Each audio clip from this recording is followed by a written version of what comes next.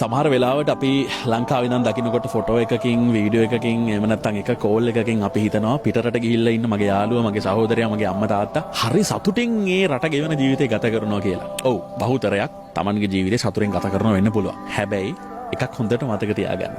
ඔයාගේ ජීවිතේ ළඟම කෙනෙක් පිටරටකට ගිහින් ළඟදී නම් ඒ කෙනා ඒ පිටරට අලුතෙන් ජීවිතේ පටන් ගන්න උත්සාහ කරන කාලේ.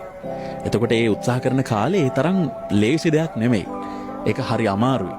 සමහර වෙලාවට ලැන්ග්වේජ් එක ඉගෙන ගන්න සිද්ධ වෙනවා. ඒ අදාළ රටේ සංස්කෘතියට අනුගත වෙන්න වෙනවා. අම්මා හැමදාම අතර ගෙන දුන්නු බත් මුල නැති වෙලා යනවා. පාස්තා එකකට පීසා කෑල්ලකට සීමා කරන්න වෙනවා. ලංකාවේ ඉන්නකොට අපිට මේ දේවල් රහ කෑම වුණාට පිට රටකට ආවට පස්සේ අපිට ලෝකේ තියෙන රහම කෑම එක වෙන්නේ අම්මගේ කෑම එක.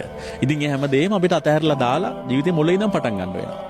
ඒ නිසා ඔයාගේ ජීවිතේ බොහොම කෙටි කාලයක් ඇතුළත ඔයාගේ යාළුවෙක් සහෝදරයෙක් අම්මා තාත්තා වේවා පිට රටකට ගිහිලා ජීවත් වෙන්න උත්සාහ කරනවා නම් හොඳට මතක තියාගන්න. එයා යාගේ ජීවිතේ ඊටාම කටුක ඊටාම සංකීර්ණ කාලයක් තමයි අභියෝගාත්මක කාලයක් තමයි ගත කරන්නේ. ඒ කාලෙදී ඔයා වචනකින් හරි යාට සපෝට් එකක් දෙන්න. කෝල් එකකින් හරි සපෝට් එකක් දෙන්න. කාලා දින්නේ